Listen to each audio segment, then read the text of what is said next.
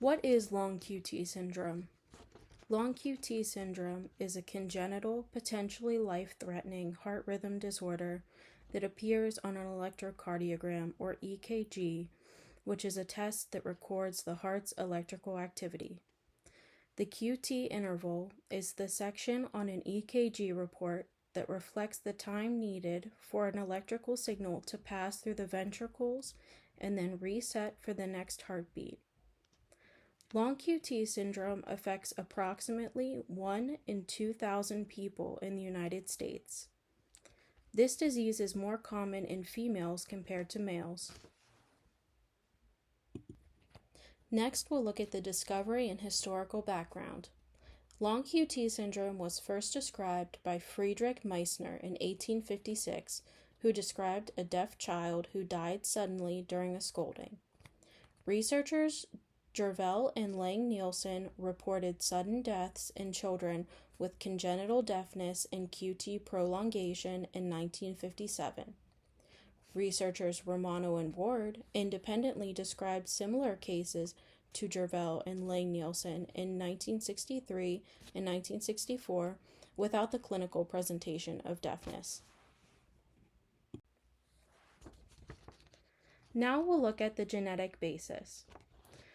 Mutations in multiple different chromosomes can cause congenital long QT syndrome. The table on the right side depicts the various subtypes of long QT syndrome and the gene each subtype is associated with. Approximately 75% of people with a confirmed diagnosis of long QT syndrome have mutations in one of three main genes. The KCNQ1 gene, located on chromosome 11, encodes a potassium channel. The KCNH2 gene, located on chromosome 7, also encodes a potassium channel.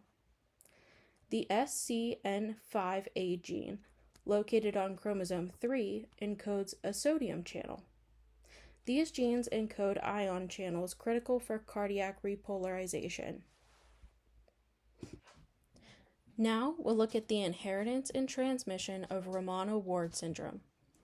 Romano-Ward syndrome, one of the most prevalent subtypes of long QT syndrome, follows an autosomal dominant pattern. This means that a single copy of the mutated gene is enough to cause the condition. Each child of a parent with a Romano-Ward subtype of long QT syndrome has a 50% chance of inheriting the condition. Not everyone who inherits the altered gene will necessarily develop symptoms or signs of the condition, a phenomenon known as incomplete penetrance. Moving on to the inheritance and transmission of Jervell and Lang-Nielsen syndrome. Jervell and Lang-Nielsen syndrome, another common subtype of long QT syndrome, follows an autosomal recessive pattern. Most parents of affected children are carriers. In rare cases, only one parent is a carrier, and the other mutation occurs spontaneously. Each child of a parent with the Jervell and Lang-Nielsen subtype of long QT syndrome has a 25% chance of inheriting the condition, a 50% chance of being a carrier, and a 25% chance of being unaffected and not a carrier. Moving on to the signs and symptoms. The table on the right side of the slide shows the most commonly reported signs, symptoms, and triggers for patients clinically diagnosed with either the Romano-Ward or Jervell and Lang-Nielsen subtype of long QT syndrome. Individuals with Romano-Ward syndrome often experience torsades de pointe, syncope, palpitations, seizures, as well as cardiac arrest and sudden death. Patients with Jervell and Lang-Nielsen syndrome often experience hearing loss, syncope, palpitations, chest pain, seizures, and in severe cases, cardiac arrest or sudden death. The Romano-Ward and Jervell and Lang-Nielsen subtypes of long QT syndrome share similar triggers such as intense physical activity, emotional stress, and specific medications. It is important to note that approximately 50% of people with long QT syndrome are asymptomatic. However, sudden cardiac arrest is the first sign in about 1 out of 10 cases. Symptoms often begin in the early teenage years. If symptoms occur once, they are likely to happen again.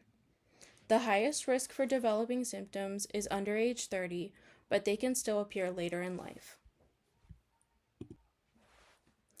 Now, looking at diagnosis and management, healthcare providers use a variety of tests to help diagnose long QT syndrome, including an electrocardiogram, blood tests, genetic testing, as well as a cardiac stress test and an ambulatory monitor. Healthcare providers may suggest a combination of strategies to manage long QT syndrome symptoms, such as avoiding medications that prolong the QT interval, making lifestyle adjustments, and considering medical or surgical treatments.